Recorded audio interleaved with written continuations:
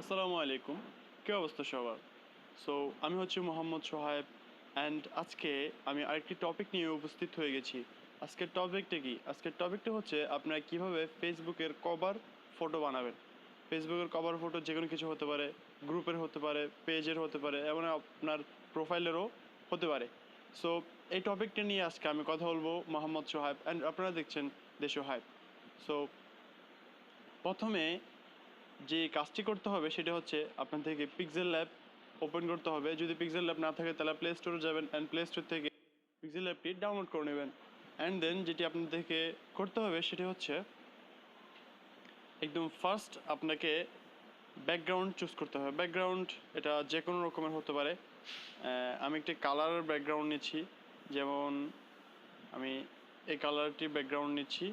And background নেওয়ার পরে আপনাকে ইমেজ সাইজটি সেভ করতে হবে। ইমেজ সাইজটি আমরা 16:9 এই সাইজটি নিব। আপনাকে এখানে একটি ফটো অ্যাড করতে হবে। ফটো কীভাবে অ্যাড করবেন? প্লাস আইকনে ক্লিক করবেন অ্যান্ড দেন ফ্রম গ্যালারিতে যাওয়ার পরে অ্যান্ড আপনার ছবিগুলো চলে আসবে, কোন কোন ছবিগুলো আপনার গ্যালারিতে রয়েছে। অ্যান্ড আমি এখান থেকে একটি পিএনজি ফটো নিচ্ছি। যদি পিএনজি ফটো না থাকে তাহলে পিএনজি ফটো করে নেবেন।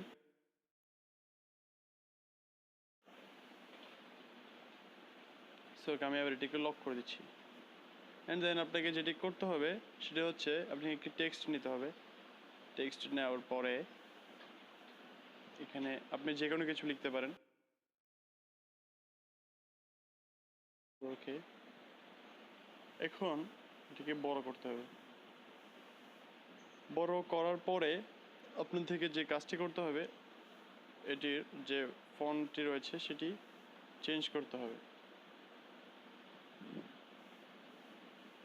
আমি এখান থেকে একটি ফন্ট চেঞ্জ করে দিচ্ছি। ওকে,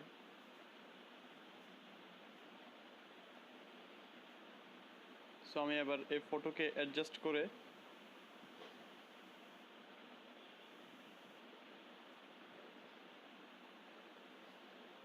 এবার আমি টেক্সটটিকে অ্যাডজাস্ট করে নিচ্ছি।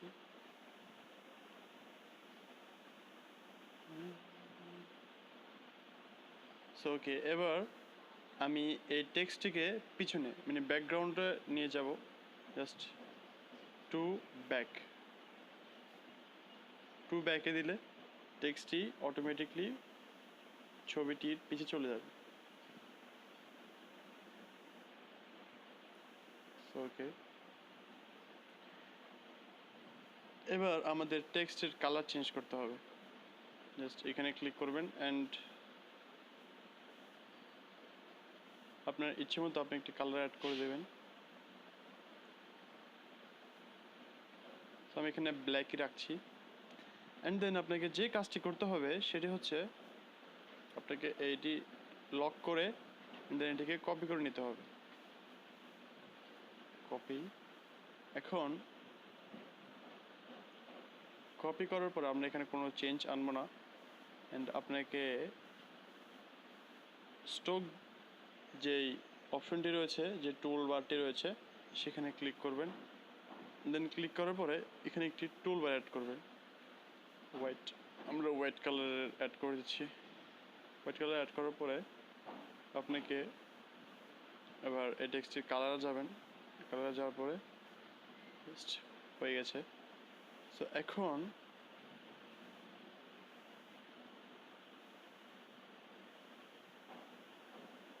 আমরা জাস্ট ছবিটাকে একটু বড় করে দেবো। বড় করার পরে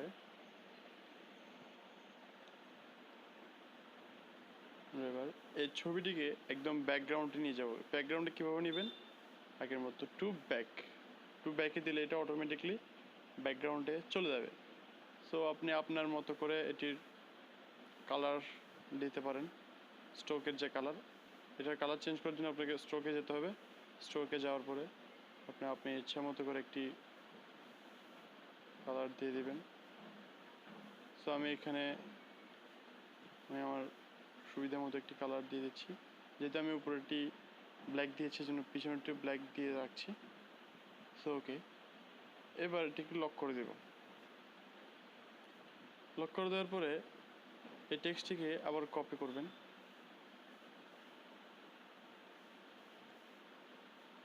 কপি করার পরে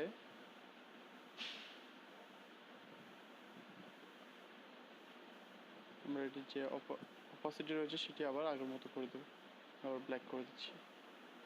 সো ওকে, ব্ল্যাক করে দেওয়ার পরে টেক্সটটি ছোট করে নেবেন। অ্যান্ড ছোট করে নেওয়ার পরে আমরা এটির কালারটি চেঞ্জ করে দেব। কালারটি চেঞ্জ করে দেওয়ার পরে স্ট্রোকটি অফ করে দেব। অ্যান্ড এখন আমাদের এই যে টেক্সট রয়েছে সেটি চেঞ্জ করে দিতে হবে। ফন্ট স্টাইলটি আমরা অন্যরকম করে দেব, আরেকটি করে দেব। সো আমরা এটিতে রাখছি। অ্যান্ড এটিতে রাখার পরে এখানে যে কোনো ধরনের আপনার যেহেতু গ্রুপ ফটো, আপনি গ্রুপে কভার ফটো অ্যাড করতে যাচ্ছেন, সো ওই হিসেবে আপনি এখানে নিচের যে কোনো লেখা লিখতে পারেন। সো ওকে, এতটুকুই।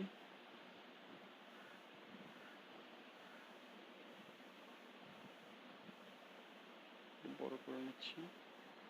তখন আপনাকে স্পেসিং এর লেটারগুলোর স্পেসটি একটু বাড়িয়ে দিতে হবে। বাড়িয়ে দেওয়ার পরে পিছনের যে ব্যাকগ্রাউন্ডটি রয়েছে লক করে আনলক করবো। আমি পিছনের যে ব্যাকগ্রাউন্ডটি রয়েছে সেটির অপাসিটি কমিয়ে দেব।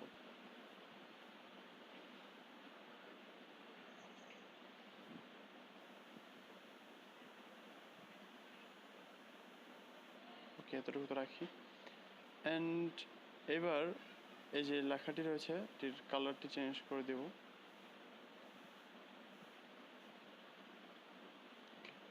সো কালারটি চেঞ্জ করে দেওয়ার পরে এটাকে বড় করে দেব। দেন আপনারা দেখতে পাচ্ছেন আসলে কতটুকু সুন্দর লাগছে লেখাটি।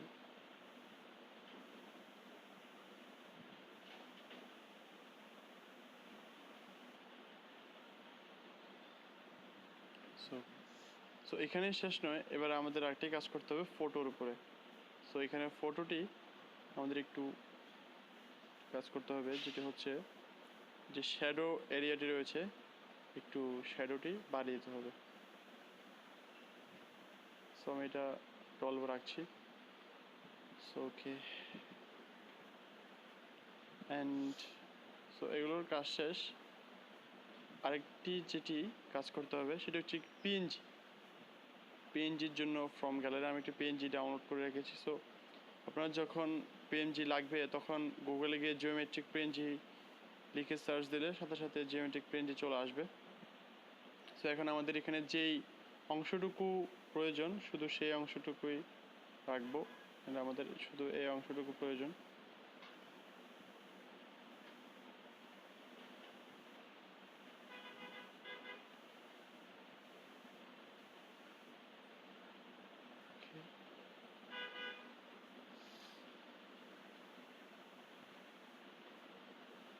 এটিকে ছোট করব, ছোট করে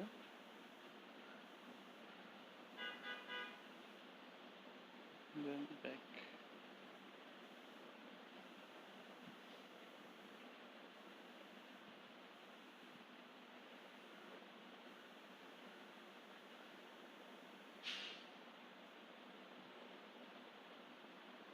একটু সৌন্দর্য বাড়ানোর জন্য আর কি, আর কিছুই নাই।